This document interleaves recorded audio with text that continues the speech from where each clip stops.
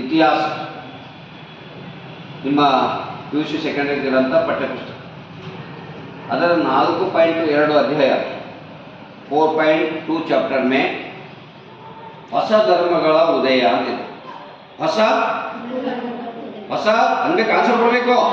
ಹೊಸ ಧರ್ಮಗಳ ಉದಯ. ಹೊಸ ಅಂದರೆ ಹೊಸದು, ನ್ಯೂ. धर्म अंदर ಏನು?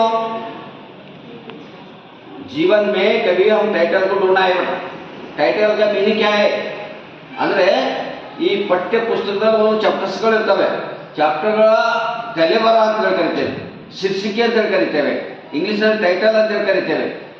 ಅದರ ಅರ್ಥವನ್ನ ಮಾಡ್ಕೋಬೇಕು ನಾವು. ಮೊಟ್ಟ ಮೊದಲು ಈ ಪೇಪರ್ ಓದ್ತೀವಿ ಮಕ್ಕಳೇ.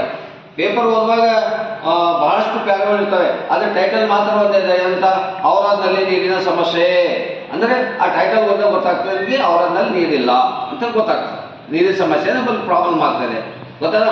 ಹಾಗೆ ಏನದಂದ್ರೆ ಹೇಳಿ, ನಾವು ಪಾಠವನ್ನ ತಿಳ್ಕೊಳ್ಳುವಾಗ ಪಾಠದ ಶೀರ್ಷಿಕೆಯನ್ನು ಮೊಟ್ಟ ಮೊದಲು ಅರ್ಥವನ್ನು ಮಾಡಬೇಕು. ಪಾಠದ ಶೀರ್ಷಿಕೆ ಅಂದ್ರೆ ಏನೋ, चैप्टर के टाइटल हम उसका मीनिंग क्या है हम ढूंढना पड़ता. उसका मीनिंग हम अंडरस्टैंडिंग कर लेना. जब वो चैप्टर में क्या है तो सब ಎಲ್ಲನೇ ಬಂದ್ಬಿಡ್ತದೆ. ಅರ್ಥ ಆಯ್ತಾನೆ ಹೇಳೋದು? ಇಲ್ಲಿ ಏನಿದೆ ಅಂತ ನೋಡಿ, ಅಧ್ಯಾಯ 4.2. ಯಾಕಂದ್ರೆ ನಮ್ಮ ಔರಾದ್ ಈ ಕಡೆ ಮರಾಠಿ ಇದೆ, ಈ ಕಡೆ ತೆಲುಗು ಇದೆ, ಹಿಂದಿ ಇದೆ, ಉರ್ದು ಇದೆ. ನಮ್ಮ ಮಕ್ಕಳು ವಿವಿಧತೆಯಲ್ಲಿ ಏಕತೆ ಎಲ್ಲರೂ ಇದ್ರಿ. ನಾವು ಸ್ವಲ್ಪ ಎಲ್ಲ ಮಿಕ್ಸ್ ಆಗಿ ನಾವು ಮಾತಾಡಬೇಕಾಗ್ತದೆ.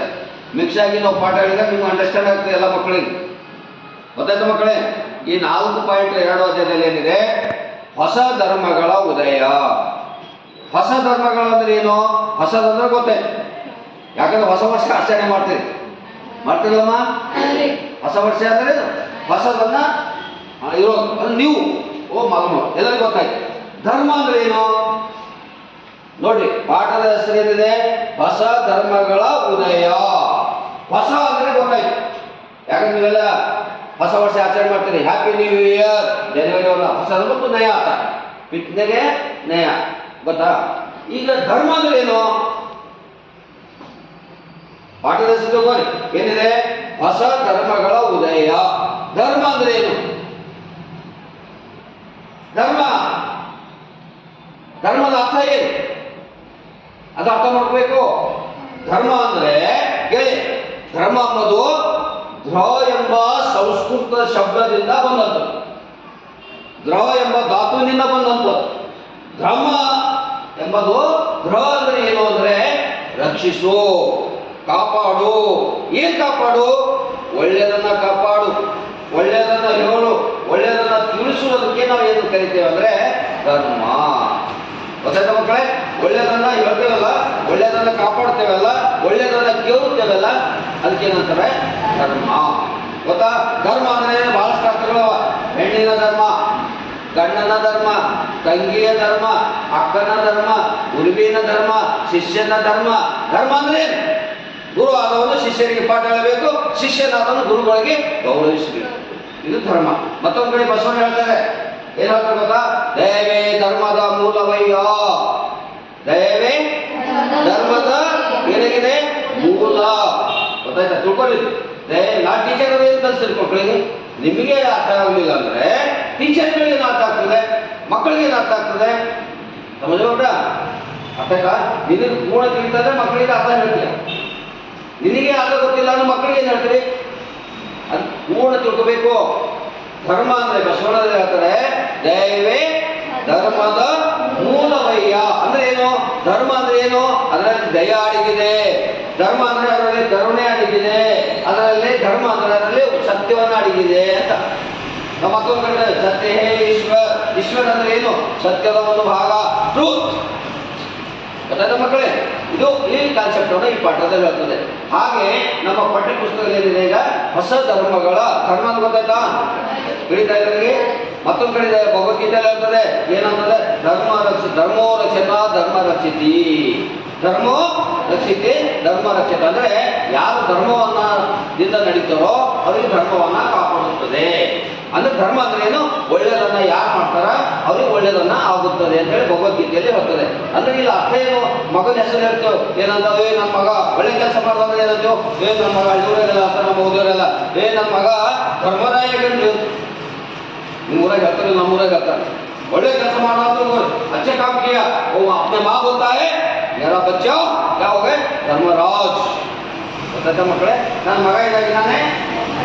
ಮಗ ಏನಾಗಿದ್ದಾನೆ ಅಂದ್ರೆ ಯಾಕೆ ಹೆಮ್ಮೆನೆ ಹೇಳ್ತೀರಿ ಖುಷಿನೇ ಹೇಳ್ತೀರಿ ಏನಾದಕ್ಕಾದ್ರೆ ಒಳ್ಳೆ ಕೆಲಸ ಮಾಡಿ ದೊಡ್ಡ ಆಯಾಸ ವಿಚಾರದ 4 ಮಂದಿಗೆ ಹೆಲ್ಪ್ ಮಾಡ್ದ 4 ಮಂದಿಗೆ ಅನ್ನ ಹಾಕ್ದ 4 ಮಂದಿಗೆ ಸಹಕಾರ ಮಾಡ್ದ ಅಂದ್ರೆ ಆಗ ನನ್ನ ಮಗನ ಬಗ್ಗೆ ಏನಾಗ್ತದೆ ನನ್ನ ಮಗ ಬಹಳ ಧರ್ಮರಾಜಾಗಿದೆ ಗೊತ್ತಾಯ್ತಾ ಮಕ್ಕಳೇ ಇದು ಧರ್ಮ ಗೊತ್ತಾಯ್ತಾ ಧರ್ಮ ಅಂತ ತೆಗಿತಾ ಮತ್ತೊಂದು ಸಣ್ಣ ಕಥೆ ಹೇಳ್ತೇನೆ ಮಕ್ಕಳಿಗೆ ಕೇಳಿ ಮಹಾಭಾರತ ಎಲ್ಲ ಮುಗೀತು ಧರ್ಮರಾಜ ಅಂದ್ರೆ ಆ ಧರ್ಮದಿಂದೆ ಅಂದ್ರೆ ಧರ್ಮನ ಸತ್ಯ ಬಿಟ್ಟೆ ಹೋಗ್ಲಿಲ್ಲವ ಈ ಭೂಮಿಯಿಂದ ಸತ್ಯದಲ್ಲಿ ಮಾತಾಡಿದ್ರು ಧರ್ಮರಾಜ ಕೂಡ ಒಬ್ಬನು ಕೇಳ್ಬೇಕಿಲ್ಲ ಕೆಲವು ಘಟನೆಗಳು ಆಗ ಯಮಧರ್ಮ ಬರ್ತಾನೆ ಸ್ವರ್ಗಲೋಕದಿಂದ ಬರ್ತದೆ ಆಗ ಬಂದಾಗ ಯಮಧರ್ಮ ಅಂತಾರೆ ನೀನು ನಡಿ ನಿನ್ನೆಲ್ಲ ಮುಗೀತು ಮಹಾಭಾರತದಲ್ಲಿ ನಿನ್ನ ಧರ್ಮರಾಯ ಇರ್ಬೋದು ಆದ್ರೆ ನೀನು ಎಲ್ಲ ಮುಗಿತು ವಯಸ್ಸಾಯ್ತು ನೀನು ನಾನು ಬಿಡು ಅಂದ ಆಗ ಧರ್ಮರಾಯ ಜೊತೆ ಒಂದು ನಾಯಿ ಇರ್ತದೆ ಪುತ್ರ ಆಯ್ತಾ ಧರ್ಮರಾಜ್ ಪಾಸ್ ಅವತ್ತನ ಧರ್ಮರಾಯ ಮೇರಾ ಏನಾರ ನನ್ನ ನಾಯಿ ಇದೆ ನಾನು ನಾಯಿಗೂ ಕೂಡ ಸ್ವರ್ಗ ಕರ್ಕೊಂಡು ಹೋಗ್ಬೇಕು ನನ್ನ ನಾಯಿಗೂ ಕೂಡ ಸ್ವರ್ಗ ಕರ್ಕೊಂಡು ಹೋಗ್ಬೇಕು ಹಾಗಂತನ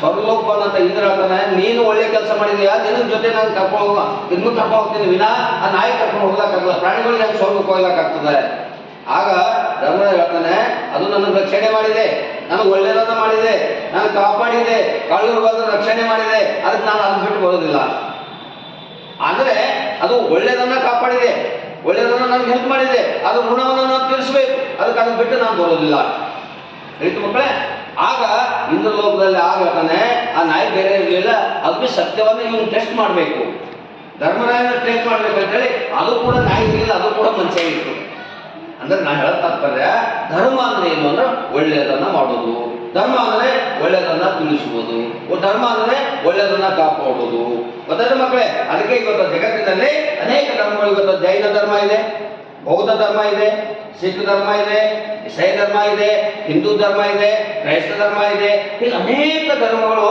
ಏನ್ ಮಾಡ್ತಾವ ಅಂದ್ರೆ ಮಾನವನ ಕಲ್ಯಾಣವನ್ನ ಮಾನವನ ಸರ್ವೋತ್ಮಕ ಬೆಳವಣಿಗೆಯನ್ನ ಮಾನವನ ಮನಸ್ಸಿನಲ್ಲಿರುವಂತಹ ಕೆಟ್ಟ ಭಾವಗಳನ್ನು ತೆಗೆದುಹಾಕಿ ಶುದ್ಧಗೊಳಿಸುವಲ್ಲಿ ಧರ್ಮಗಳು ಇಡೀ ಮಾನವ ಕಲ್ಯಾಣಕ್ಕಾಗಿ ಮಾನವನ ಜೀವನದ ಉದ್ಧಾರಕ್ಕಾಗಿ ಎಲ್ಲ ಧರ್ಮಗಳು ಉತ್ತಮವಾದಂತಹ ಸಂದೇಶವನ್ನು ಕೊಡ್ತದವಲ್ಲ ಅದಕ್ಕೆ ನಾವು ಧರ್ಮ ಅಂತ ಹೇಳಿ ಕರಿತೇವೆ ಧನ್ಯವಾದ ಇದು ಒಂದು ಕಾನ್ಸೆಪ್ಟ್